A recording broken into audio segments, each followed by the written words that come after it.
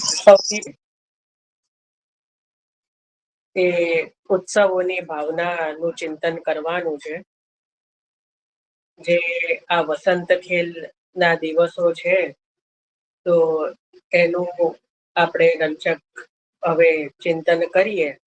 અને જે કાલથી ઉત્સવો જે પ્રારંભ થઈ રહ્યા છે, એટલે બગીચા તેરસ કાલે, એના પછી હોળીનો દિવસ, એના પછી ડોલ, અને પછી દ્વિતીયા પાઠ. બરાબર, તો હવે ઉત્સવોની શૃંખલા એક રીતે પ્રારંભ થઈ જશે. તો પહેલા તો આપણે એ સમજવાનું, થોડું સમજવું પડે કે ઉત્સવ એટલે શું. ઉત્સવના પ્રકાર, કે કોને ઉત્સવ કહેવાય. બરાબર, કારણ કે જો સૌથી મુખ્ય પ્રકાર તો જે છે ને એ બે છે. એક તો નિત્ય ઉત્સવ અને બીજું વર્ષોત્સવ. આપણે ત્યાં બે વસ્તુ સ્વીકારવામાં આવી છે, મુખ્ય પ્રકાર છે. પછી પેટા પ્રકાર તો હું બતાવી રહ્યો છું, પણ મુખ્ય પ્રકાર બે, નિત્યોત્સવ અને વર્ષોત્સવ. નિત્યોત્સવ એટલે કે નિત્ય જ ઉત્સવ છે. આપણે ત્યાં જે છે પુષ્ટિ માર્ગમાં પ્રભુને નિત્ય જ ઉત્સવ છે, કોઈ દિવસ ઉત્સવ વગરનો નથી. નિત્ય લીલા નિત્ય નવતન શ્રુતિ ન પામે પાર. બરાબર, આપણે તો ભગવતીઓને તો કોઈનું કોઈ બહાનું જોઈએ, બાકી પ્રભુને લાડ લડાવવાનું. એટલે કંઈક ને કંઈક કારણ શોધીને, એટલે કોઈનો આપણે તો ઘરમાં જન્મ દિવસ હોય, આપણો બ્રહ્મ સંબંધ હોય, કે ઠાકોરજીનો પાટોત્સવ હોય, આપણી મેરેજની એનિવર્સરી હોય, કઈ પણ બહાને જેને ખરેખર હરિના જન તો મુક્તિ નવ માગે, માગે જન્મો જન્મનો અવતાર રે. નિત્ય કીર્તન નિત્ય ઉત્સવ, નિત્ય નિરખવા નંદ કુમાર રે. ત્યાં નરસિંહ મહેતાએ પણ એ જ ગાયું. શ્રી વલ્લભાખ્યાનની અંદર પણ નિત્ય લીલા નિત્ય નવતન શ્રુતિ ન પામે પાર. ત્યાં ગોપાલદાસજીએ પણ એ જ ગાયું. ચત્રભુજદાસજીએ પણ આજ ઓર કલ ઓર દિન પ્રતિ ઓર દેખીએ રસિક ગિરિરાજ ધરણ. તો ત્યાં પણ નિત્ય પ્રભુ નવા નવા જે સ્વરૂપો નવી નવી લીલાઓ કરી રહ્યા છે. તો આપણે ત્યાં પહેલા તો નિત્ય ઉત્સવ છે, એટલે કોઈ દિવસ આજે ઉત્સવ નથી એવું નથી. નિત્ય જ ઉત્સવ છે. પ્રભુને તો નંદાલયમાં અને નિકુંજાદીમાં તો નિત્ય પ્રભુને અનેકવિધ રીતે નવીન રીતે લાડ લડાવાય જ છે. ભક્તોને તો કંઈક બહાનું જ જોઈએ, કંઈક નું કંઈક. એટલે પ્રભુને નિત્ય ઉત્સવ છે. અને એ નિત્ય ઉત્સવમાં પણ કંઈક અધિકતા જ્યારે થાય, એટલે એને વર્ષોત્સવ કહેવામાં આવે, કે ભાઈ આ વર્ષોત્સવ છે. બરાબર, આટલું આપણે સમજ્યા. હવે ઉત્સવના જે છે ને 4 પ્રકાર છે. ઉત્સવના 4 પ્રકાર છે. એક તો જે છે, જેમ કીધું, નિત્યોત્સવ. પછી એટલે જે નોર્મલ જે ઉત્સવ છે, નિત્યનો જે નિત્ય છે એ. એના પછી જે છે કે થોડુંક જ્યારે કંઈક વિશેષતા હોય, જેમ કે રક્ષાબંધન છે, કે ભૈયા દૂજ છે, જેમાં બહુ વિશેષ પ્રકાર નથી, પણ છે કોઈ તહેવારનો દિવસ. હું પછી એના પર આવું છું કે તહેવાર કોને કહેવાય, ઉત્સવ કોને કહેવાય. તો સહેજ કંઈક વિશેષતા છે, તો એને આપણે કહીશું ઉત્સવ. બરાબર, ઉત્સવ. પછી એની ઉપર સહેજ જાય ને એટલે મહોત્સવ. શું થાય? મહોત્સવ. અને એની પણ ઉપર એક અવસ્થા છે મહામહોત્સવ. મહામહોત્સવ શ્રી ગોકુલ ગામ. આપણે ત્યાં કીર્તનમાં પણ આવે છે.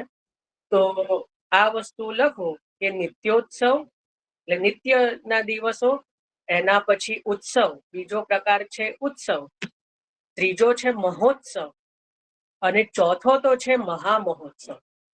બરાબર, હવે મહામહોત્સવમાં કયા દિવસો આવે?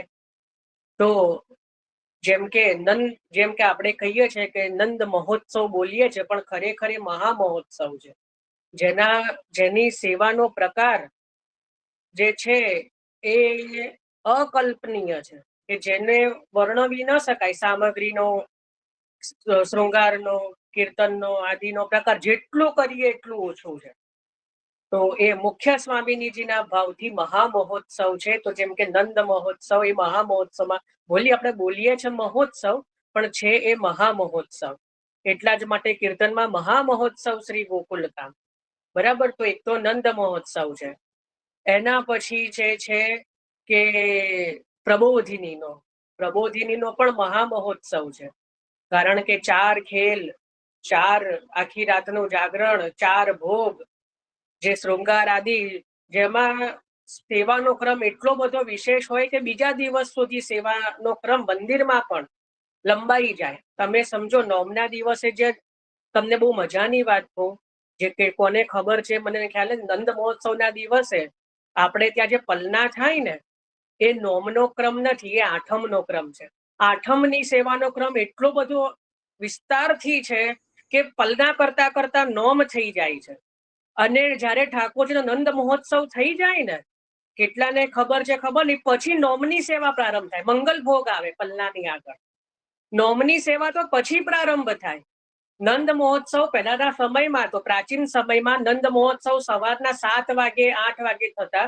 હવે તો બધું સમયને આધીન બધા દર્શન કરવા વધારે આવી શકે એટલે 11 વાગે 12 વાગે કરે છે મંગલ ભોગ ને બધું ક્રમ. હવે બધું ઘણી બધી જગ્યાએ જે કરતા હોય, આપણે શું, બાકી ખરેખર સાચો ક્રમ એવો છે કે આઠમના દિવસે જ્યારે મહાભોગ આવે ને, એ મહાભોગ 4 કલાકનો હોય. અને મહાભોગ ધરતા ધરતા ધરતા મંદિરમાં, એટલે જે નિધિ સ્વરૂપોમાં રાતના 2 જેવા વાગી જાય. કારણ કે પંચામૃત આદિ થાય એટલે 2 કે 3 વાગી જાય. ને એટલી બધી સામગ્રી હોય કે એટલે એ ભોગ ધરતા ધરતા જ 3-1 જેવા વાગી જાય. હવે 4 કલાક તમે મહાભોગ રાખો તો 4, 5, 6, 7 તો મહાભોગ સુધી થઈ જાય. પછી ભોગ સરાવવાના એટલા જ, અને નંદ મહોત્સવની તૈયારી કરવાની, એટલે આરામથી 8-1 જેવા વાગી જાય, 7-8 જેવા. અને પછી ઠાકોરજી પલ્લામાં પધારીને 2 કલાક તો નંદ મહોત્સવ ચાલે. એટલે જે છે 10-10:30 સુધી તો બધો એ ક્રમ ચાલે. ને પછી ઠાકોરજીને મંગલ ભોગ આવે. સમજ પડી? એટલે એ મંગલ ભોગ પલ્લામાં જ, પાછું પલ્લાની આગળ જ મંગલ ભોગ આવે. અને પછી ઠાકોરજી નિજ મંદિરમાં પધારે, પલ્લા ભોગ સરે એટલે નિજ મંદિરમાં મંગલા આરતી થાય અને શૃંગારના ભાવથી આરસી દેખાડાય. નોમના દિવસની, નંદ મહોત્સવની મંદિરની વાત કરી રહ્યો છું. અને પછી ઠાકોરજીને પાછો મહાભોગ આવ્યો હોય ને એટલો જ રાજભોગ આવે નોમનો, કારણ કે ઉત્સવનો દિવસ છે ને એટલા માટે. અને પછી અનુસર થાય. પણ જે નોમની જે સેવા છે, જે નંદ મહોત્સવ છે, એ ક્રમ તો 8મનો જ ચાલી રહ્યો છે. એટલે એ મહામહોત્સવ છે. સમજ પડી ને? હવે એ જ રીતે દેવ પ્રબોધિનીમાં પણ 4 ભોગ જે ઠાકોરજી આરોગે, એમાં ચોથો ભોગ છે ને 12ના દિવસે મંગલામાં આવે. કારણ કે આખી રાત્રિનું જાગરણ છે એટલે 11ના દિવસ જે સેવા છે, કારણ કે 4 ભોગ ધરવાના છે, એટલે દ્વાદશીના સમયે પણ બેગી મંગલા, એટલે એ દિવસે તો મંગલા થાય જ નહીં, કારણ કે પ્રભુ આખી રાતનું જાગરણ છે. પણ મંગલ ભોગની સાથે ચતુર્થ ભોગ આરોગે. આ જેને સમજમાં આવે ના આવે કશો વાંધો નહીં. આ તો જેને સેવાનું, જેને બહુ થોડું ખબર હોય ને એ સમજી શકશે. બધાને નહીં આવે સમજમાં. પણ જે આ બધા મોટા જે છે ને, આને મહોત્સવો કહેવાય. કારણ કે પ્રભુનો વિવાહનો દિવસ છે. એટલે વિવાહ આપણે ત્યાં પણ જુઓ કેટલી તામઝામ હોય મેરેજમાં. તો આ તો સાક્ષાત જ્યારે યોગલ સ્વરૂપના વિવાહ હોય તો એમાં શું બાકી રહે. એટલે વિચારો કે એનો, અને 4 દિવસ સુધી ઠાકોરજીનો, 13ના દિવસે છે ને, તમને કોને ખબર છે ખબર, અત્યારે આપણે રિસેપ્શન રાખીએ મેરેજ પછી. 13 છે ને પ્રભુનું રિસેપ્શન થાય. રિસેપ્શન એટલે પેલું આપણે કીર્તન ગવાય છે આપણે ત્યાં, ગદાધર દાસજીનું, બેગી જાય ઉઠાય ગદાધર, ભાગ્ય અપનો માને હો. આ જ બરસાને તે ગદાધર દાસજીનું બહુ પ્રસિદ્ધ કીર્તન છે. બેગી જાય ઉઠાય જોઠન ગદાધર, ભાગ્ય અપનો માને હો. બહુ મોટું એક કીર્તન છે. એ ઠાકોરજીને અવશ્ય 13ના દિવસે ગાવામાં આવે છે. તો મને યાદ આવશે એટલે હું કહી દઈશ. પણ એ છે ને, એક તમે જો એ કીર્તન જોશો ને તો એ રિસેપ્શનનું કીર્તન છે. રિસેપ્શન એટલે હું આપણી ભાષામાં કહું છું કે ત્યાં નંદરાયજી આદિ બરસાનામાં આવ્યા છે અને જે બરસાનામાં વૃષભાનજી આદિ નંદરાઈજીને ને બધાને ભોજન કરાવે છે. એટલે એ ભાવથી વિશેષ ભોગ જે છે એ પ્રભુ વૃષભાન સદન ભોજनको નંદરાઈ કરાય. આજ વૃષભાન સદન ભોજनको નંદાદિક મિલ્યા આય.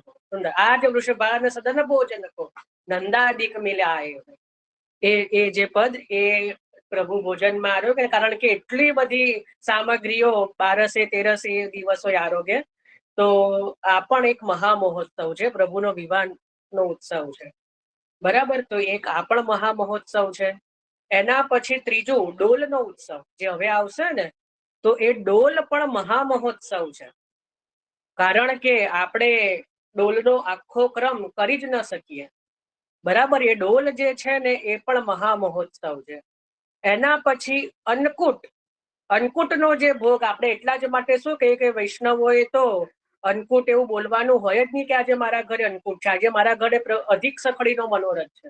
કારણ કે શું અન્નકૂટ કરવાના? અન્નકૂટમાં તો આખા વર્ષમાં જેટલી સામગ્રી પ્રભુ આરોગ્ય હોય ને બધી જ એક દિવસમાં આવે. ઇવન બેંગન પણ આવે, ચાતુર્માસ હોય છતાં પણ, કારણ કે આખા વર્ષમાં જેટલી સામગ્રી હોય ને બધી જ અન્નકૂટમાં આવે. એટલે આપણા ત્યાં તો જે કરી શકતા હોય આખા વર્ષની કરતા હોય તો મને વાંધો નથી બોલે, પણ મને નથી લાગતું કે એવું કોઈને ત્યાં એટલી ક્ષમતા હોય. બરાબર. એટલે કઈ વધારે સામગ્રીનો પ્રકાર ધરી દેવાથી અન્નકૂટ ન થઈ જાય. એટલે આપણે ત્યાં તો ભાવાત્મક જ હોય. એટલે અન્નકૂટ શબ્દ આપણા માટે ન હોવો જોઈએ. ના, એમાં આપણે દિનતા પણ ન રહે. એટલે આપણે ત્યાં શું હોય, બડી સામગ્રીની કે બડી સખડીની સેવા એ રીતે બોલવાનું હોય. પણ જે મંદિરોમાં અન્નકૂટ જે હોય ને, કારણ કે એમાં ગોવર્ધન પૂજા થાય, આખો જે ક્રમ છે ગૌ પૂજનનો, પછી કાન જગાઈનો અને જે અન્નકૂટ આદિનો જે ક્રમ છે, એમાં પણ એવું હોય કે ઠાકોરજી આગલા દિવસે જે છે ચોપડ ખેલે આખી રાત. કેમ? કારણ કે આખી રાત જે છે સેવકો સામગ્રી કરે. એટલે પ્રભુ પોતાને એટલા બધા ભક્ત વત્સલ છે કે જો પોતાના સેવકો જાગી રહ્યા છે તો મને ઊંઘ કેમ નહીં આવે? વિચારો, પ્રભુની એટલી બધી ભક્ત વત્સલતા છે કે ગુસાઈજીને એવું કીધું કે આબ સબ મિલી કે સામગ્રી કર રહ્યો તો મોકું ભી નીંદ નહીં આવે, મને પણ નીંદ નહીં આવે. એટલે આપ જે છે મને હટડીમાં જે પધરાઈ દે, જે સેવાક્રમ એ જે છે એ થાય છે. અને પ્રભુને હટડીમાં જ અનોસર એટલે પ્રભુ હોય પણ ત્યાં ચોપડ ખેલના પાસા ખેલત હે પિય પ્યારી, ત્યારે પોઢવાના પદો ના થાય 14ના દિવસ અને અમાસના દિવસે, દિવાળીના દિવસે. અને આખી રાત સામગ્રી થાય અને એકમના દિવસે જે છે એ સવારે ગોવર્ધન પૂજા થાય અને અન્નકૂટ થાય. તો આ ચોથો ઉત્સવ કે જે મહામહોત્સવ છે અન્નકૂટનો. બરાબર. દીપકભાઈ આમાં કઈ? જય શ્રી કૃષ્ણ. જયભાઈ. મુઠ્ઠી મગની સામગ્રી અમે લોકો કોઈ કહેતા હોય છે એટલા અન્નકૂટમાં. હા, એટલે એ જ શબ્દ વાપરવા જોઈએ. કોઈ ઘણા એવું કે આજે મારા ઘરે અન્નકૂટ છે, એવો શબ્દ વાપરવો ન જોઈએ. એમ જ કહી દઉં તો જો કેટલા મહામહોત્સવ થયા. એક તો જે છે જન્માષ્ટમી નંદ મહોત્સવ, એના પછી પ્રબોધિની, એના પછી ડોલનો મહામહોત્સવ જે હવે આવશે, એના પછી ચોથો અન્નકૂટનો. બરાબર. આ બી બધા મહામહોત્સવ છે.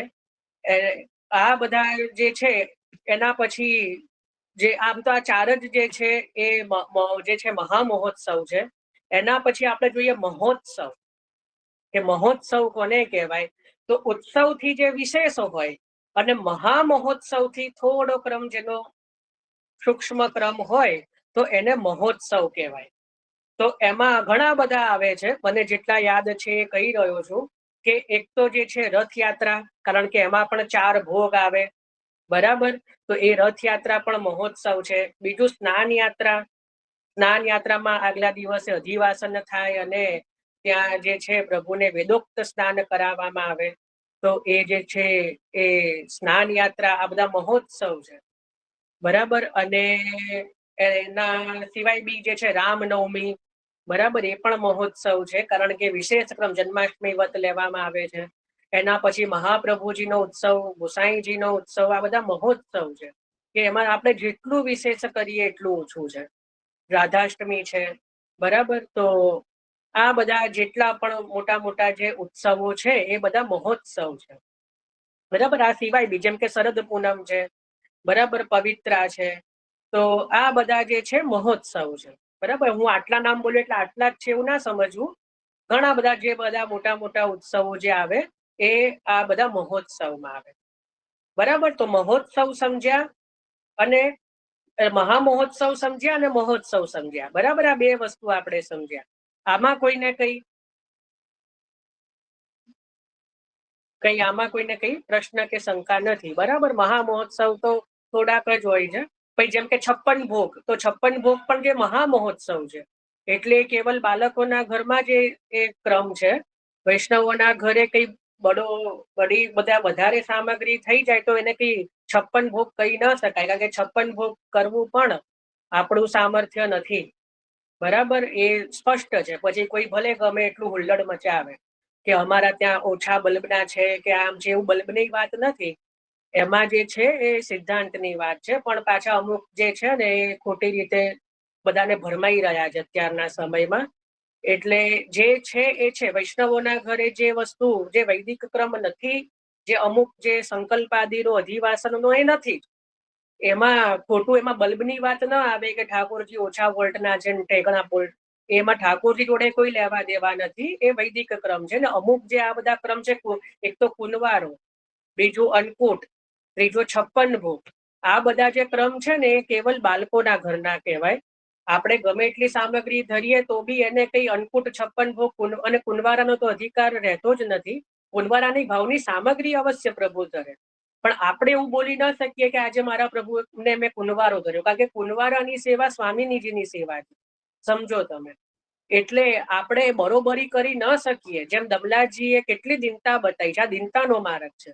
તો સામગ્રી ભલે આપણે ધરીએ, કુંવારાની સામગ્રી 4 મુખ્ય હોય છે, બરાબર. તો એ ધરવામાં વાંધો નથી, પણ આપણે ત્યાં એવો શબ્દ બોલાય નહીં કે અમે કુંવારો ધર્યો. સમજ પડે છે ને. એટલે એને કોઈ એવું નથી કે આપણા ત્યાં કઈક ઓછા વોલ્ટના થઈ ગયા, આમ થઈ ગયું તેમ થઈ ગયું. આ દિનતાની વાત છે, ભાવની વાત છે, બરાબર. તો એ સમજવાનું છે. પાછું ઘણાને કહી ગયા ને એટલે હુલ્લડ મચાવે અમુક આતંકવાદીઓ, એટલે એની કઈ જરૂર નથી. પણ અહીંયા જે છે કે આ રીતનું આપણે ત્યાં દિનતાનો માર્ગ છે. તો આ બધા જે 56 ભોગ કુંવાર આદિ જે છે એ પણ જે છે બાળકોના ઘરમાં. એટલે આ બધા જે છે મહોત્સવ અને મહામહોત્સવ, આ બે વસ્તુ આપણે સમજ્યા, બરાબર. હવે છે ઉત્સવ. હવે શું આવે? ઉત્સવ. હવે ઉત્સવમાં છે ને જુઓ અલગ અલગ પ્રકાર હોય ઉત્સવ, બરાબર. આપણે ત્રીજી વસ્તુ સમજી રહ્યા છીએ ઉત્સવ.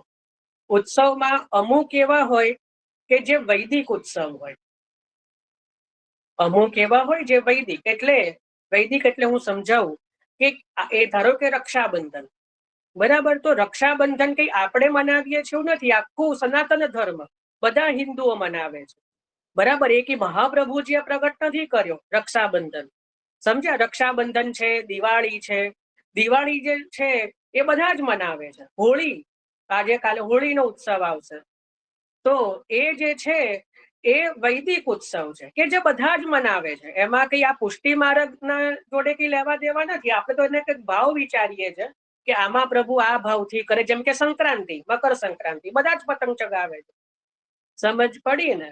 તો એ જે છે બધા એ વૈદિક ઉત્સવો છે કે ભાઈ, અથવા તો સામાજિક પણ કહેવાય. અમુક જે વૈદિક કો, સામાજિક કો, તો એ જે બધા છે, આ બધા જે કીધા, તો એ ઉત્સવ આપણે ત્યાં એટલા માટે વણી લેવામાં આવ્યા છે કે આપણે આ જે લૌકિક ઉત્સવો જે હતા, એટલે લૌકિક તહેવારો, આ જે છે તહેવાર હતા, પણ જયારે આપણે પ્રભુ સાથે તહેવાર મનાવીએ તો એ તહેવાર પણ ઉત્સવ થઈ જાય, સમજો.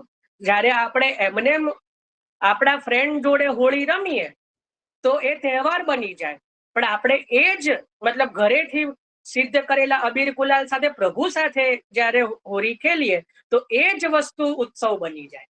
જેમ આપણે આપણા માટે રસોઈ કરીએ તો રસોઈ કહેવાય, અને પ્રભુ માટે કરીએ તો સામગ્રી થઈ જાય. તો એ જ રીતે જો તહેવાર આપણે લૌકિક જનો સાથે કે એ રીતે મનાવીએ તો એ તહેવાર કહેવાય, પણ એ જ તહેવાર જો આપણે પ્રભુને સમર્પિત કરી દઈએ તો એ શું થઈ જાય? ઉત્સવ થઈ જાય. સમજ પડી? એટલા જ માટે હું તો વારંવાર સમજાવું છું અને વારંવાર કહું છું કે આ પાપનો જન્મ દિવસ હોય ને એને પણ આનંદથી પ્રભુના મનાવવો જોઈએ કે આજે મારો જન્મ દિવસ છે, આજે મારો બ્રહ્મ સંબંધ દિવસ છે. બ્રહ્મ સંબંધ દિવસ પણ મનાવવો જોઈએ. હું તો મારા પ્રભુને પાસે જન્મ દિવસ પણ મનાવું છું. એની આખી મેં પ્રણાલિકા મારા ઠાકોરજીની રાખી છે કે યહી શ્રૃંગાર આવેગો, યહી સામગ્રી આવેગી, યહી કીર્તન આવેંગે. તો નિયમના મેં તો બાંધ્યા છે કે ભાઈ મારો પણ જન્મ દિવસ તો પ્રભુ બનાવે, પ્રભુનો હું બનાવું, અરસપરસનો સંબંધ છે. તો એ જ રીતે બ્રહ્મ સંબંધનો દિવસ પણ મનાવવો જોઈએ. આપણી મેરેજની એનિવર્સરી હોય તો ભલે આપણે મેરેજ થયા, આપણને કોઈ વૈષ્ણવ પાત્ર મળ્યું, એ પ્રભુની કૃપા છે કે આપણે કોઈ પણ જાતના રોકટોક વગર જો સેવા કરી શકતા હોઈએ તો આપણે તો, કારણ કે બ્રહ્મ સંબંધમાં પણ મંત્રમાં પતિ પત્ની પુત્ર આદિ બધાનું સમર્પણ કરેલું છે. તો એમનો પણ ઉત્સવ મનાવવો જોઈએ. એમને ઉત્સવ એટલે ઠાકોરજી સાથે, નહીં કે કેક કાટીને. પ્રભુને સામગ્રી ધરવી જોઈએ, પ્રભુને શ્રૃંગાર કરવા જોઈએ. પ્રભુને આજે આમનો જન્મ દિવસ છે, પ્રભુ આપના આ સેવકનો આજે જન્મ દિવસ છે, તો પ્રભુને પ્રસન્નતા થાય. આને કંઈક વિશેષ કરવું જોઈએ. બરાબર. પછી ધારો કે આપણા પુત્ર પુત્રીઓ કોઈનો પણ હોય, બર્થડે હોય, આદિ જે જન્મ દિવસ, પણ તિથિ પ્રમાણે મનાવો તો વધારે સારું. ઘણાને તો તિથિ જ ખબર ના હોય. પણ હવે તો તમને કહું, મોબાઈલમાં એક એપ્લિકેશન આવે છે, મેં નાખેલી છે કેલેન્ડરની. એમાં તો તમારે 100-200 વર્ષ પહેલાની પણ તિથિ જોવી હોય તો પણ તમને તારીખ નાખો એટલે તિથિ મળી જાય. મને કહેજો, હું કાઢી આપીશ. જો તમને તારીખ બધાને ખબર હશે, એટલે 100-200 વર્ષ આગળથી તો કોઈ હશે નહીં આપણા સત્સંગમાં, બધા એની અંદર ના જ હશે. એટલે બધાને જો કોઈ તિથિ ના ખબર હોય તો હું એપ્લિકેશન આપીશ, આપ કાઢો તિથિ, ને તિથિ પ્રમાણે મનાવવો જોઈએ. તારીખ પ્રમાણે હું તો મારા પ્રભુ તારીખ હોય અને કોઈ નિયમનો બીજો ઉત્સવ તો તારીખ પ્રમાણે બી કંઈક વિશેષ કરું, કારણ કે આપણે તો બહાનું જ જોઈએ છે. પણ એનો અર્થ એવો નહીં કે તિથિ પ્રમાણે નહીં, તિથિની મુખ્યતા છે. બરાબર. અને તારીખ પ્રમાણે પણ જે છે એ કંઈક વિશેષ એ દિવસે એમાં પણ કરવામાં વાંધો નહીં, પણ મુખ્યતા તિથિની. અને પાટોત્સવ તો તિથિ અનુસાર જ મનાવવો જોઈએ. જે આપણા માથે ઠાકોરજી બિરાજ્યા એનો પાટોત્સવ તો શુદ્ધ રીતે તિથિ જ પ્રમાણે મનાવવો જોઈએ. ની ભાવના જે પ્રમાણે છે કે આ તિથિના દિવસે આપણે નિકુંજમાં આપના પ્રભુ પધાર્યા, તો એમાં તારીખ ન ચાલે, એમાં તિથિ જ જોઈએ. બરાબર. તો આ જે છે હવે જુઓ, આપણે પહેલા સમજ્યા કે આ વૈદિક ઉત્સવ. હવે અમુક હોય સામાજિક ઉત્સવ. હવે સામાજિક ઉત્સવ એટલે જેમ કે ગણગોર, સાંસ્કૃતિક. સામાજિક એટલે સાંસ્કૃતિક ઉત્સવ, જેમ કે ગણગોર, ઠકરાણી ત્રીજ. બરાબર. તો આ જયારે શ્રીનાથજી બાબા જે ગુજરાતમાં, રાજસ્થાનના બધા જે લોક પરંપરાઓ અને લોક તહેવારોને પણ પોતે પોતાનામાં સમાઈ લીધી. સમજ્યા? જયારે શ્રીજી બાબા ગુજરાત પધાર્યા, મતલબ ગુજરાત જે છે, પછી રાજસ્થાન જે બિરાજ્યા, તો એ બધી જે પરંપરાઓ છે એને પોતાનામાં સમાવિત કરી પોતાની સેવા પ્રણાલિકામાં. બાકી ગણગોર જોડે આપણે શું લેતા? ગણગોર એટલે તો ગૌરી અને શંકરનું પૂજન. જે કુમારિકા જે અવિવાહિત કન્યા હોય એ સુપતિ માટે પૂજન કરે, રાજસ્થાનની કન્યાઓ. તો એને આપણે શ્રીનાથજીને જોડે કઈ લેવા દેવા હતું નહીં, પણ આપણા શ્રીનાથજીને કીધું ને કે કંઈકનું કંઈક બહાનું જોઈએ, એટલે એ પરંપરાને પણ પોતે સ્વીકારી લીધી. બરાબર. એટલે એ જે સામાજિક ઉત્સવો, સાંસ્કૃતિક ઉત્સવો પણ આપણા ત્યાં જે છે વણાઈ ગયા. બરાબર. એટલે જે ઠકરાણી ત્રીજ, આપણે એનો ભાવના બધી અલગ છે, પણ મૂળ આ બધા રાજસ્થાની તહેવારો છે. એવું નથી કે એકલા પુષ્ટિ માર્ગ આખું રાજસ્થાન મનાવે છે. ગણગોરનો તહેવાર બાકી રાજસ્થાન મનાવે છે. બરાબર. તો આ બધા જે અમુક જે છે એ સાંસ્કૃતિક જે છે એને પણ શ્રીનાથજીએ પોતાની સેવામાં સમાહિત કરી છે. બરાબર. અને ત્રીજો પ્રકાર છે એ છે માર્ગીય ઉત્સવ, કે જે કેવલ આપણા જ માર્ગમાં મનાવવામાં આવે છે. તો એ કયો? તો જેમ કે પવિત્રા બારસ. પવિત્રા બારસનો ઉત્સવ છે કેવલ આપણા મહાપ્રભુજીએ પ્રગટ કર્યો છે. બરાબર. તો એવો ધારો કે પવિત્રા બારસ છે. એના પછી બીજા બી એવા છે, અમુક યાદ આવે એટલે હમણાં મેં લખેલા નથી, પણ જે કેવલ આપણા જ માર્ગમાં મનાવાતા હોય, દ્વિતીયા પાઠ, જો દ્વિતીયા પાઠનો ઉત્સવ કેવલ આપણા માર્ગનો ઉત્સવ છે, આ માર્ગીય ઉત્સવ છે, બરાબર. તો એને બીજા બધા લોકો જોડે કોઈ લેવા દેવા નથી, ખ્યાલ આવ્યો? તો આ બધા આ રીતે ઉત્સવોના અલગ અલગ પ્રકાર હોય છે. તો આપણે અત્યારે હોરીમાં જે જઈએ, હોરી, ડોલ અને દ્વિતીયા પાઠ, તો હવે આજે તમને પહેલી વખત કદાચ ઘણા બધાને સમજમાં આવશે કે આ 3 શૃંખલા છે ને બહુ મજાની છે. જે હોરીનો છે ને એ તહેવાર છે, જે વૈદિક ઉત્સવ છે. બીજા દિવસે ડોલ મહામહોત્સવ છે અને દ્વિતીયા પાઠ આપણો માર્ગીય ઉત્સવ છે. આ ત્રણેય એક જ લાઈનમાં આપણે મનાવીએ છીએ. ખ્યાલ? આવું બીજા આખા વર્ષમાં ક્યાંય નથી.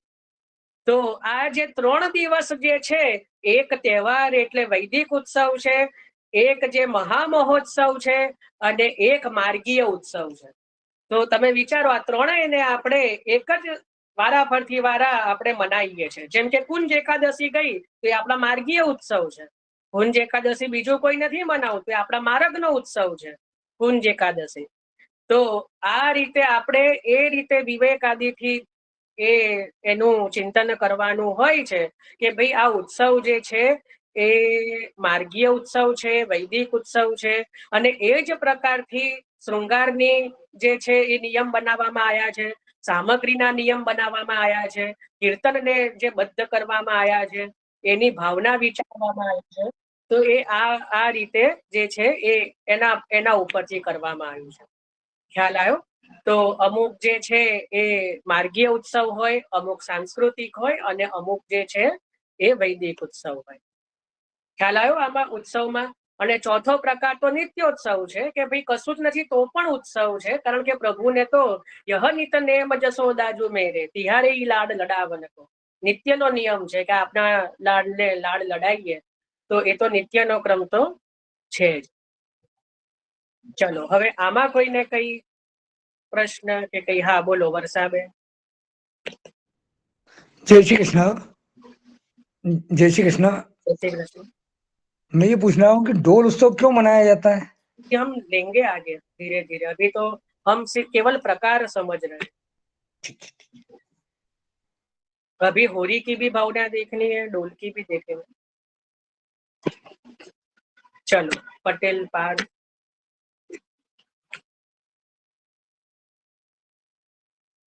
पटेल पाठ एंड्रेस है तो कही तो હવે કૃષ્ણ કુંજ એકાદશી શ્રીનાથજીને બધા જ ઘરોમાં મનાવાય છે, કેવલ વિઠ્ઠલનાથજીના ઘરમાં કુંજ દ્વાદશી મનાવાય છે. તો એમાં કઈ એવું નથી, 12 કુંજ છે, કારણ કે બારસના દિવસે શ્રી સ્વામિનીજી શ્રી વિઠ્ઠલનાથજી પાસે પધાર્યા એટલે દર બારસે શેરો ધરે છે વિઠ્ઠલનાથજી, બધી જ બારસ હોય. જો કઈ નિયમનો વિશેષ ના હોય ને જો નિયમનો હોય તો 13સે શેરો ધરે. એ વિઠ્ઠલનાથજીના ઘરની રીત છે, દ્વિતીય ઘરની. તો આપણે મૂળ એના ઉપર આવી જઈએ તો મહામહોત્સવ, મહોત્સવ, એના પછી ઉત્સવના પ્રકારો અને નિત્યોત્સવ, આપણે આ 4 સમજ્યા. બરાબર. હવે આપણે આવીએ છીએ કે ભાઈ વસંતથી જે 40 દિવસોનો ક્રમ ચાલુ થયો, 40 દિવસ વસંતના અને 41મો દિવસ ડોલ. બરાબર. એટલે ટોટલ 41 દિવસ પ્રભુ જે છે એ વસંત ધમારો, હોરી, ભાગ આદિ જે પણ આપણે કહીએ એ કરે એ ખેલ અને એ પ્રભુની લીલા 41 દિવસની. જેમ 41 શિક્ષાપત્ર છે, 41 શ્રી યમુનાજીના પદ છે, 41ની સંખ્યા જે છે આપણે ત્યાં, તો એ રીતે 40 દિવસો હોરી ખેલના ને 41મો દિવસ ડોલનો ઉત્સવ. એ રીતે 41 દિવસ સુધી પ્રભુ અલગ અલગ જે છે ખેલ કરે છે હોરીના. તો એની અંદર જે છે આપણે કુંજ આદિ પછી આજે કુંજ એકાદશી થી લઈને હોરી સુધીના 5 દિવસ જે છે, છેલ્લા 5 દિવસ, એમાં થોડું વિશેષતા એટલા માટે છે. અને જુઓ તમને એક બીજી વાત કહું, કુંજ એકાદશી મહામહોત્સવ છે એનું પ્રમાણ કારણ કે કુંજ એકાદશી થી રાજભોગ અને શયનમાં ડોલના પદો પ્રારંભ થઈ જાય. જેમ આપણે વધાઈના પદો કહીએ છીએ, જેમ જન્માષ્ટમીની વધાઈ બેસી જાય, મહાપ્રભુજીની વધાઈ બેસી જાય, ગુસાઈજીની વધાઈ બેસે, તો એ જ રીતે તમે જુઓ અન્નકૂટમાં પણ આપણે અન્નકૂટના પદો છેક આગળથી જેવો શરદ પૂનમનો ઉત્સવ થાય એટલે જે છે પછી, અને શ્રીનાથજીમાં તો દશેરાથી જ ગોવર્ધન લીલાનો પ્રારંભ થઈ જાય. શ્રીનાથજીમાં તો દશેરાથી થઈ જાય, અને બીજા અમુક ઘરોમાં શરદ પછી થાય છે.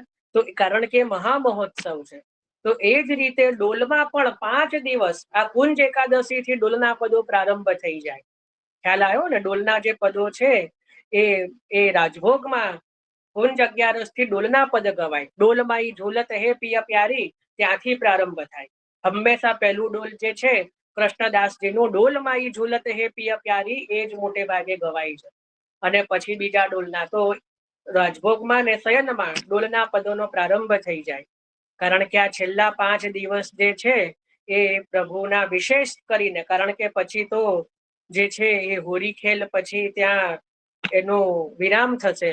એટલે જ મેં એક પદ પણ એક ખ્યાલ મોકલેલું, ફાગુન કે દિન 4 રે સખીરી અપનો બાલમ મોહે માગ્યો દે, ફાગુન કે દિન 4 રહે. એ કુંજ એકાદશીના દિવસે જે છે એ કાંકરોલિયાદી ઘરોમાં એની રીત છે ગાવાની કે ભાઈ પેડા લે યા બરફી લે, અપનો બાલમ મોહે માગ્યો દે, ફાગુન કે દિન 4 રહે.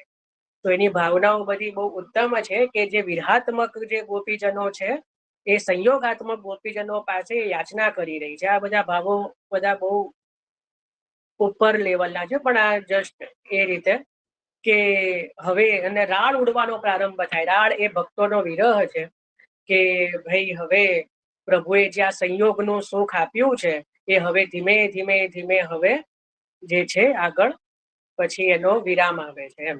એટલે ભક્તોનો જે તાપ થાય છે એ રાળનો પ્રકાર છે. એના પછી આપણે જોઈએ તો સૌથી પહેલા જેમ કીધું કે હોળી ખેલ. તો હોળીના દિવસે આપણે પૂનમ, મોટે ભાગે ફાગણ સુદ પૂનમ, આ પૂનમના દિવસે હોળીનો જે ઉત્સવનો દિવસ છે, જે વસ્તુતઃ તહેવાર છે, આપણે સમજ્યા ને, બધા જ મનાવે છે, કઈ આપણે જ મનાવીએ છીએ એવું થોડું છે. તો જે છે એ બધા જ મનાવે છે, તો તહેવાર છે, પણ આપણે પ્રભુ સાથે મનાવીએ એટલે હોળીનો ઉત્સવ છે.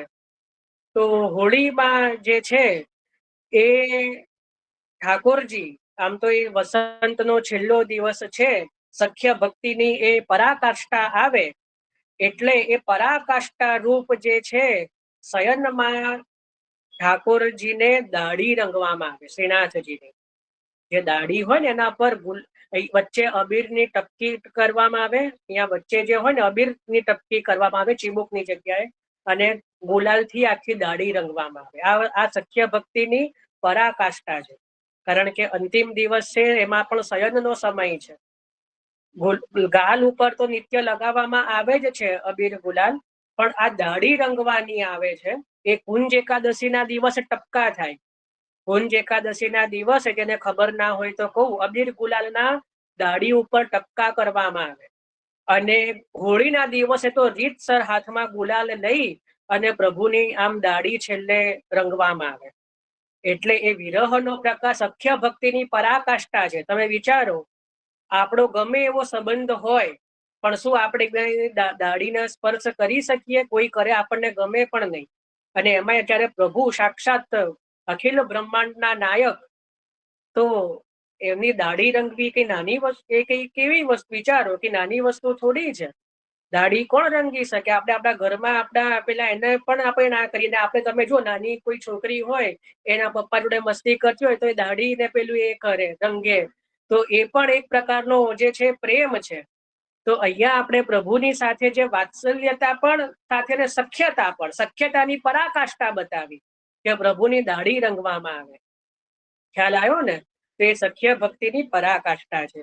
એટલે એ હોળીના દિવસે જે છે એ આ ક્રમ વિશેષ રૂપે કરવામાં આવે છે. રાળ ઉડાવવામાં આવે અને વિશેષ રૂપે જે છે કે વિશેષ ભારી ખેલ કરવામાં આવે છે હોળીના દિવસે. અને કીર્તન આદિમાં તો આપણે છે હોરી કે રંગીને લાલ ગિરધર રંગ મચાયો. ઠાકોરજી જયારે ભોજન આરોગવા બિરાજે ને રાજભોગ આરોગવા, ત્યારે એ પદ ગવાય. અને સન્મુખમાં તો ડોલના જ પદો ગાવામાં આવે છે. બરાબર, તો એ ક્રમ છે. સાંજે પણ જે છે કે પેલું પદ લેવામાં આવે છે, કોઈ ભલો બુરો જીન માને રંગન રંગ હો હોરી હે, જો કોઈને ખબર હોય તો આ શયન ભોગ જયારે પ્રભુ આરોગવા બિરાજે ને ત્યારે આ પદ આવે, કોઈ ભલો બુરો જીન માને રંગન રંગન હોરી હે. બહુ સુંદર રાગમાં આ પદ છે. તો એ પદ ગાવામાં આવે છે.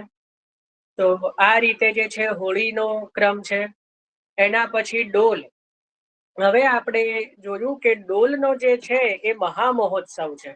હવે તમને હું કહું, પુરાણોની અંદર પણ, પુરાણોમાં ડોલનું વર્ણન છે. પુરાણોની અંદર ડોલનું વર્ણન છે. એમાં અલગ અલગ તિથિ આપવામાં આવી છે કે વિષ્ણુને કયા દિવસે ડોલ ઝુલાવા, ભગવાન વિષ્ણુને, મહાદેવજીને કયા દિવસે ડોલ ઝુલાવા, માતાજીને. તો ડોલ જે છે ને એનું વર્ણન પુરાણોમાં પણ છે. મેં તો એનું મહાપ્રભુજીની કૃપાથી બધું અધ્યયન છે એટલે ખ્યાલ છે. એટલે ડોલ ઉત્સવ જે છે એનું વર્ણન પુરાણોમાં પણ મળે છે. પવિત્રાનું વર્ણન પણ પુરાણોમાં મળે છે. તે રીતે ડોલનું પણ મળે છે. હવે આપણે ત્યાં જે ડોલ ઉત્સવ મનાવવામાં આવે છે, બરાબર, એ ડોલ જે ઉત્સવ છે એ નક્ષત્ર પ્રધાન છે. જો કદાચ કોઈને ન ખબર હોય તો આપણે ત્યાં અમુક જે ઉત્સવો છે એ નક્ષત્રને આધીન થાય, નક્ષત્ર જોઈને કરવામાં આવે. પણ જો ગ્રહણ આદિ હોય તો પછી નક્ષત્રનું આપણે જે છે એ બાદ નથી રાખતા. પણ જો ગ્રહણ આદિ ન હોય તો નક્ષત્ર પ્રધાન ઉત્સવ છે. તો કયું નક્ષત્ર જોવામાં આવે? તો એ છે ફાલ્ગુની નક્ષત્ર. કયું? ડોલ ઉત્સવ જે છે એ ફાલ્ગુની નક્ષત્રમાં કરવામાં આવે છે. આપણે ત્યાં નક્ષત્ર પ્રધાન ઉત્સવ છે. હવે એનો ભાવ એ છે કે જ્યારે હવે આ વસંતની લીલાઓ જ્યારે વિરામ હવે થવાની છે, તો છેલ્લે ચારેય સ્વામિનીજીઓ પોતપોતાની નિકુંજાદીમાં અથવા તો ચારેય યુથના ભક્તો પોતપોતાની નિકુંજમાં હવે છેલ્લે જેટલું પ્રભુને જે ખેલ કરાવી શકે એ પોતાની નિકુંજમાં જે છે એ પધરાઈને એ ખેલ કરાવે છે. તો એ ભાવથી આપણે ત્યાં 4 વાર જે છે 4 ખેલના દર્શન કરાવવામાં આવે છે કે 4 ખેલ પ્રભુ ઝૂલે છે. હવે એટલે જ મેં પ્રશ્ન કરેલો કે કેટલા ભોગ આવે ને કેટલા ખેલ આવે, પણ કોઈએ ધ્યાનથી ન વાંચ્યું. જો ક્રમ એવો છે કે જ્યારે પ્રભુ રાજભોગ આરોગે ને, એ રાજભોગની અંદર જ પ્રથમ ભોગ પ્રભુને ધરી દેવામાં આવે છે, ડોલમાં નથી આરોગતા.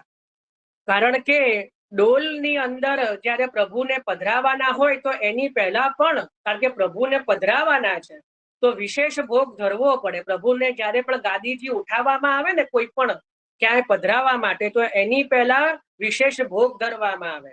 આપણે ત્યાંનો બધો વાત્સલ્યતાનો ક્રમ છે. તો પ્રભુને ડોલમાં પધરાવાના છે એટલે એની પહેલા રાજભોગમાં જે છે પ્રભુને પ્રથમ ભોગ ધરવામાં આવે. એટલે ડોલમાં જ્યારે પ્રભુ બિરાજે પછી થોડું ખેલે અને પ્રથમ ખેલના દર્શન ખુલે. ખ્યાલ આવ્યો? અને પછી પ્રભુને ડોલમાં પ્રથમ ભોગ આવે, પછી બીજા ખેલના ખુલે, પછી દ્વિતીય ભોગ આવે, પછી ત્રીજા ખેલના ખુલે, પછી તૃતીય ભોગ આવે ને ચતુર્થ ખેલ ના દર્શન ખુલે. બરાબર, એટલે ભોગ 3 આવે અને ખેલ 4 થાય. સમજ પડી? ઠાકોરજીને ડોલમાં ભોગ 3 આવે, 3 વખત ભોગ આરોગે અને 4 ખેલના દર્શન થાય. પહેલા ખેલના દર્શન ખુલે ત્યારે તો પ્રભુ મંદિરમાં જ પ્રથમ ભોગ આરોગીને જ પધારે. એટલે 4 ભોગ નથી હોતા, ભોગનો ક્રમ 3 હોય છે.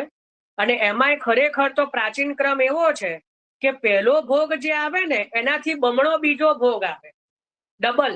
અને જે બીજો ભોગ આવે ને એનાથી પણ ડબલ ત્રીજો ભોગ આવે. વિચારો, એટલે ચોથા ખેલમાં તો શ્રીનાથજીમાં તો સાંજ પડી જાય, કારણ કે સમય પણ ડબલ થતો જાય. શ્રીનાથજીમાં તો પહેલો જ ભોગ 24 મિનિટનો, એના પછી 48 મિનિટનો બીજો ભોગ, અને એના પછી 48 ને 48 કરોડ એટલો ત્રીજો ભોગ.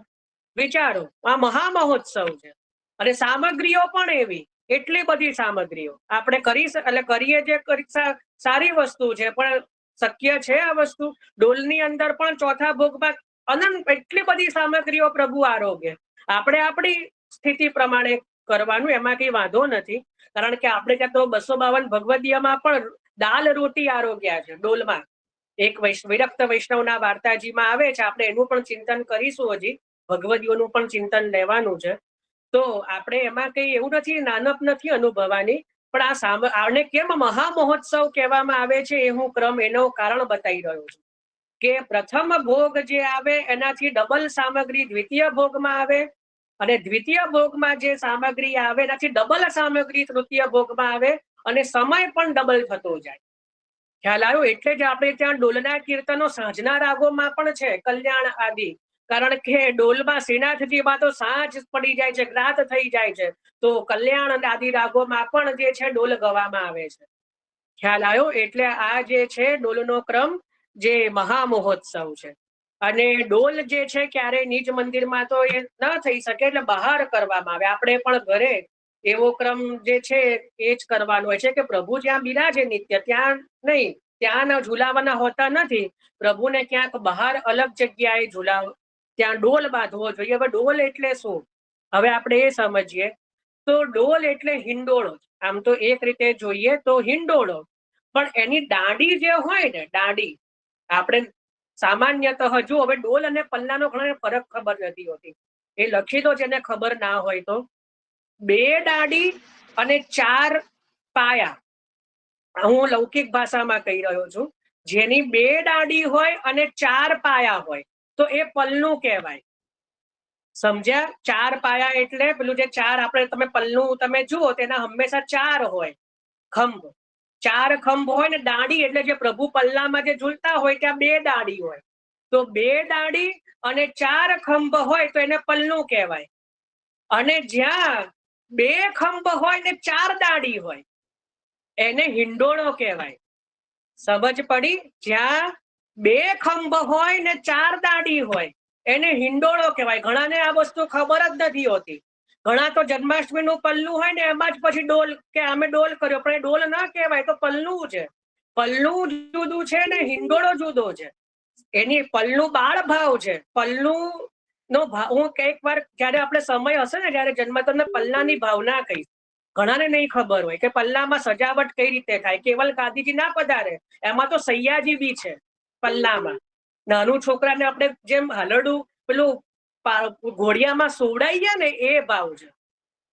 ગાદીની નીચે સૈયા બી છે પલ્લામાં. પલ્લાની વાત કરી રહ્યો છું નંદ મહોત્સવના, જે ઘણાને ખબર જ નથી હોતી. આ આજુબાજુ ગાલ મસૂરિયા આવે કે જે આપણે સૈયામાં પ્રભુને પોરાડીએ ને ત્યારે ગોળ ગોળ તકિયા આવે ને ગાલ મસૂરિયા કહેવાય. એ પલ્લામાં આવે. ચાદર બી છે, પ્રભુને ઓઢવાની જે ચાદર હોય ને એ ચાદર બી છે. હું આખો પલ્લાની સજાવટ ક્યારેક મહાપ્રભુજીની કૃપા હશે તો બતાવીશ કે જો આ રીતે. ઘણા કે ખબર નથી હોતી. કોઈને ખબર હોય, સમજ હોય તો સારી વસ્તુ છે, પણ નહીં જ ખબર હોય 90% લોકોને. તો પલ્લું તો બાળ એક નાના છોકરાનું ઘોડિયું છે એવું સમજો, પલ્લું. અને હિંડોળો એ તો હિંચકો છે. એ કિશોર લીલા છે. એ કિશોર લીલા છે. એટલે જ્યાં 2 ખંભ હોય, ખંભ સમજો છો ને, 2 ખંભ, અને જ્યાં પ્રભુ જે ઝૂલતા હોય એમાં 4 દાંડી હોય તો એ હિંડોળો છે. સમજ પડી? અને ઝૂલો, ત્રીજો પ્રકાર લખો ઝૂલો, કે જેમાં ખંભ ના હોય, એને આપણે ક્યાંક બાંધેલું હોય રસ્સીથી, જ્યાં આપણે ક્યાંક બાંધીએ, બરાબર. અને એની ઉપર જયારે આપણે ફૂલથી કે એનાથી આપણે જે છે એ દોરડાથી આપણે ક્યાંક લટકાઈને બાંધ્યું હોય, વચ્ચે હિંડોળાનું પેલું એ હોય કે જેમાં ખંભ ના હોય, એને ઝૂલો કહેવાય. જેમ કે જમનાજીનો ઝૂલો થાય. એના પછી જે બીજા પણ જે છે એ ઝૂલાના પ્રકાર હિંડોળામાં પ્રભુ ઝૂલતા હોય છે. તો ઝૂલો કેને કહેવાય કે જેમાં ખંભ ન હોય, એને ક્યાંક આપણે ઉપરથી જે કોઈ એવા ઉપર બેઝ હોય, ધારો કે કંઈ પણ જ્યાં બાંધવાનું, તો ત્યાંથી આપણે એને કંઈક લટકાઈ છે રસ્સી, અને રસ્સીમાં પછી વચ્ચે જે દોરડાથી પ્રભુનો જે સિંહાસન બાંધ્યું છે કે જેમાં ખંભ નથી, એમાં દાંડીએ નથી, તો એ જે છે એને ઝૂલો કહેવાય. સમજ પડી? આમાં પલ્લું, હિંડોળો અને ઝૂલો. ભાઈ કોનું માઇક અનમ્યુટ છે? માઇક મ્યુટ કરો. તો પલનું, હિંડોળો અને ઝૂલો આ 3 પ્રકાર થયા. સમજ પડી ને? આમાં કોઈને કઈ પ્રશ્ન, શંકા કઈ બી? જય ભાઈ, જય શ્રી કૃષ્ણ. યમુનાજીનો ઝૂલો એટલે શું? યમુનાજીનો ઝૂલો એટલે નીચે યમુનાજીનો આખો હોજ કરવામાં આવે અને ઉપર ત્યાં વચ્ચે બરાબર મધ્યમાં ઠાકોરજીને કઈક એ રીતે જે છે એ રસ્સી બાંધીને ઠાકોરજીને ત્યાં સિંહાસન જે છે કરવામાં આવે અને પછી જમનાજીની વચ્ચે શ્રી પ્રભુને ઝુલાવવામાં આવે ને જમનાજીનો ઝૂલો કહેવાય. એ આપણે હિંડોળાના દિવસોમાં હોય ક્યાં તો તમે જેઠ મહિનામાં એ મનોરથ કરી શકો. ગંગા દશેરાના દિવસો હોય ને એમાં વિશેષ મનોરથ કરવાની ઈચ્છા હોય તો આ જમનાજીનો ઝૂલો થઈ શકે. હિંડોળામાં પણ કોઈ એક દિવસે ઝૂલાનો ક્રમ લઈ શકીએ. ખ્યાલ આવ્યો? કે જેમાં નીચે આખા શ્રી યમુનાજીનો હોજ હોય, બરાબર વચ્ચે પ્રભુ ઝૂલતા હોય. તો એ બધું સમજીશું આપણે ધીરે ધીરે. અત્યારે આ ખાલી પ્રકાર સમજીએ કે પલ્લું કોને કહેવાય, હિંડોળો કોને કહેવાય ને ઝૂલો કોને કહેવાય. બરાબર? હા બોલો વર્ષાબેન. मचकी का हिंडोला। हाँ, मचकी का झूला होता है, हिंडोला नहीं। हाँ, मचकी का हिंडोला। हाँ, तो उसमें मचक मचक के झूले, मतलब थोड़ा सीधा सीधा नहीं, प्रभु अपनी तरह से आड़े टेढ़े झूले, तो वो मचकी का झूला। तो ये जो आपने झूला बोला वो भी तो मचकी का ही झूला हो गया ना, ऊपर से बांध के नीचे रस्सी से। तो झूला में मचक मचक के नहीं झूलते, वो सीधे सीधे ही झूलते हैं। मचकी का झूला माने प्रभु थोड़े से टेढ़े झूलते हैं, तो वो मचकी का झूला हो गया। और नीचे यमुना जी नहीं होते मचकी के झूला में, वो यमुना जी नहीं। अगर नीचे यमुना जी का पूरा होज हो और बीच में प्रभु झूलते हो तो वो यमुना जी का झूला कहते हैं। જયભાઈ, આપણે જે યમુનાજીનું ઝૂલાનું કીધું એ વિગતવાર સમયને ટાઈમે આપ સમજાવજો. શું સમજાવું આમાં? મેં કીધું ને નીચે યમુનાજી, આપણે ધારો કે તમે નૌકા વિહાર કરો છો તમારા પ્રભુને ઘરે, હા, તો શેમાં તમે નૌકા પધરાવો છો? મોટું ટબ છે ને એમાં. હા, મોટો જે ટબ કેવું હોય એની અંદર જલ પધરાઈ દે. તો એ જ તમે એવી જગ્યાએ તમે એ રાખો એ પાત્ર કે તમે એની ઉપર જે છે ક્યાં કેવો ઝૂલો બાંધીને એમાં વચ્ચે પધરાઈ શકો પ્રભુને, નીચે તમે એ જલ જે છે એ પધરાઈ શકો, તો એ જમનાજીનો ઝૂલો થઈ જાય. અચ્છા, હા હા. એટલે આપણે ઘરમાં આમ ઝૂલા જેવું હોય ત્યારે આપણે ઝૂલો ની સાંકળ કાઢી અને પછી રસ્સીથી આપણે કરી શકીએ ને, એ પણ ઝૂલો થઈ જાય ને? જો ઝૂલામાં એવું હોય કે ખંભ આદિ ન હોય, એને ક્યાંક બાંધવાનો હોય. હા, દોરીથી, જાડી દોરીથી. એ ઉપરથી બાંધવો પડે. હવે તમારે કદાચ એવી વ્યવસ્થા હોય તો તમારો હિંડોળો જે હોય તો એમાં તમે કરી શકો, ભાવના કરવી હોય તો. પણ જે મુખ્ય રીત તો એવી જ છે કે આપણે ઉપર કોઈ એવી કોઈ શું કહેવાય, કડા ઉપર હોય ને, હા કડા કે એવું કઈ હોય કે જેમાંથી તમે બાંધી શકો ને પછી નીચે. હા, એ જ કહું છું, આપણે ઘરમાં કડા ઉપર હોય પછી આપણે રસ્સીથી કોને કહેવાય, હિંડોળા કોને કહેવાય ને ઝૂલો કોને કહેવાય. બરાબર? એટલે હવે આપણને પલ્લા ને હિંડોળામાં આવે છે ને? હા, આવે છે. તો પલના અને હિંડોળામાં આપણને ભેદ ખબર પડી. હવે તો હવે આપણે ડોલ ઉપર આવીએ કે ડોલ એટલે શું.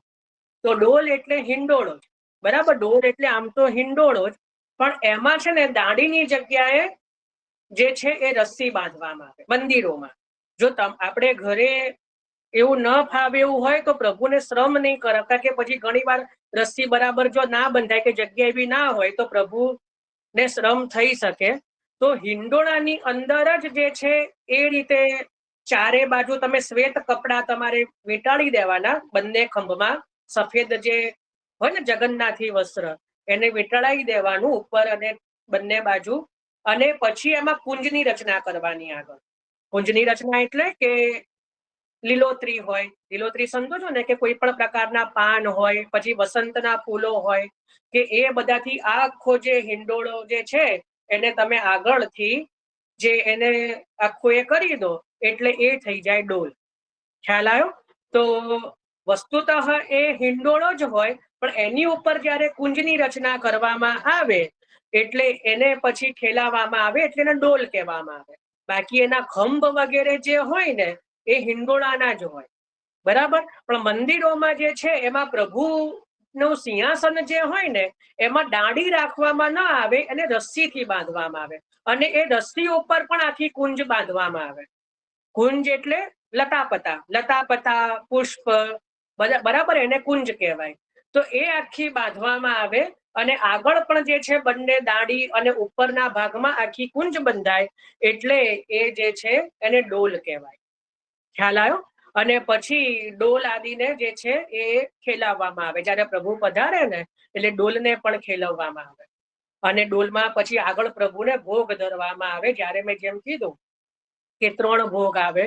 જો આપણા ઘરે શક્ય હોય તો કરવું જોઈએ, પણ 3 ના કરી શકીએ, માની લો સામગ્રીનું એટલું, તો પછી 1 કરવાનો. એક તો કરવો જ જોઈએ, કારણ કે ઠાકોરજીને પધરાઈએ પછી થોડા ખેલાવાના, પછી એક ભોગ ધરવાનો. હવે એ ભોગમાં છે ને સખડી ન આવે હો, એ ધ્યાન. અનસખડી, દૂધઘર, મેવો એ બધું આવે. ખ્યાલ આવ્યો? એ જે ડોલનો જે ભોગ છે ને એની અંદર શું આવે તો અનસખડીની સામગ્રી, પછી દૂધઘર ધરી શકો, અને મેવા એટલે ડ્રાયફ્રૂટ અને ફ્રૂટ, ફળ અને સૂકા મેવા. તો એ જે છે ને એ બધું જે છે ડોલની અંદર ભોગમાં આવે. એમાં સખડીનો ક્રમ નથી હોતો. સખડી તો રાજભોગમાં પ્રભુ આરોગ્ય આવે, બરાબર. એટલે જે છે કે ડોલનો જે વિશેષ ભોગ આવે એની અંદર આ વિશેષ સામગ્રી આપણે ધરવી જોઈએ. પછી એ જ્યારે પ્રભુને આપણે સામગ્રી ધરીએ ત્યારે પણ બહાર બેસીને ડોલના કીર્તનો કરવા જોઈએ. સમય થાય એટલે પછી ભોગ સરાઈ ફરી પ્રભુને ખેલાવીને ફરી આપણે ડોલના પદો કરીએ, બરાબર. અને કેસુડાના જલથી આદિ પણ જે છે ઘણા ઘરોમાં ખેલાવાય છે. તો કેસુડાના જલ આદિથી પણ કુંજ આદિને પ્રભુને નહીં ખેલાવવાના હો, પ્રભુને ખેલાવાતું નથી કેસુડાના જલથી, હંમેશા યાદ રાખવાનું.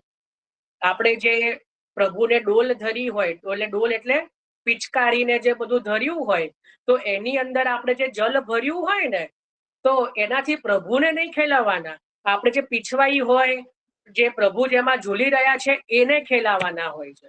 એટલે કેસુડાના જળથી જે છે, કેસુડાનું જળ લેવાય ખરું, પણ એ પ્રભુને એનાથી ખેલાવાતા નથી. પ્રભુને તો ચોવા ચંદન અબીર ગુલાલથી જ ખેલાવાય છે.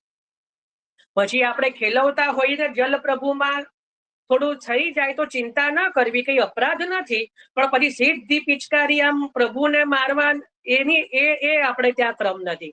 કારણ કે પછી આપણે પ્રભુને ડોલમાં કરતા હોઈએ એટલે પ્રભુ ઉપર થોડુંક તો જલ થવાનું જ છે. એ પ્રભુ તો પાછા આપણે નટખટ છે એટલે એ પાછા દરેક વસ્તુને પોતે ગ્રહણ તો કરી જ લેશે, આપ નહીં ઈચ્છો ને તો પણ. એટલે એમાં પછી ડરવાની જરૂર નથી કે હે પ્રભુ પર કેસુડાનું જળ લાગ્યું, એ લાગવાનું જ છે. પણ આપણે સીધું ડાયરેક્ટ ખેલવવાનું નથી, સમજે. ડાયરેક્ટ પછી પિચકારી સીધી પ્રભુને મારીએ કેસુડાના જળથી, એવું કરવાને એવો ક્રમ નથી, બરાબર.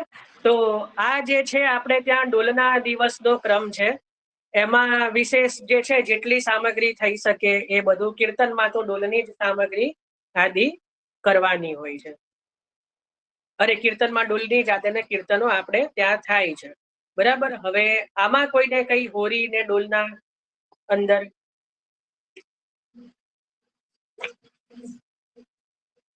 કઈ પ્રશ્ન કાં તો કોઈને કઈ વિશેષ કઈ શેર કરવું હોય તો. પોટલી ધરવાની હોય, જે નિત્ય અત્યારે પોટલી ધરે અબીર ગુલાલની, બરાબર. તો ચોથો ખેલ આવે ને એટલે પોટલીઓ ખુલીને એનો પણ અબીર ગુલાલ જે છે એ ઉડી જાય, એટલે એને ઉડાડવામાં આવે, કારણ કે હવે પોટલીઓ ખુલી જાય. તો એ પણ જે ક્રમ છે. તો આ રીતનો આપણે ત્યાં જે છે એ ડોલ અને હોરી ખેલનો ક્રમ છે. આપણે ત્યાં ડોલનું, હવે આપણે ભગવદીઓનું ચિંતન કરીએ કે કયા કયા ભગવદીઓની વાર્તામાં હોરી ખેલનું વર્ણન આવે છે અને ડોલનું વર્ણન આવે છે, બરાબર. તો સૌથી પહેલા જે છે એ આપણે જોઈએ કે આશકરણ રાજાને 252 ભગવદીઓની અંદર 3 ભગવદીઓ એવા છે કે જેને ત્યાં હોરી ખેલનું વર્ણન જેમાં મળે છે. એમાં સૌથી પહેલા જે છે કે આશકરણ રાજાને શ્રીનાથજીએ ગોકુલમાં હોરી ખેલના દર્શન આપ્યા. તો એમને કયું ધમાર ગઈ યા ગોકુલ કે ચોહટે રંગ રાચી ગ્વાલન. કદાચ કોઈને ખબર, યા ગોકુલ કે ચોહટે રંગ રાચી ગ્વાલન, એ ધમાર ગાઈ આસ્કરણ રાજા.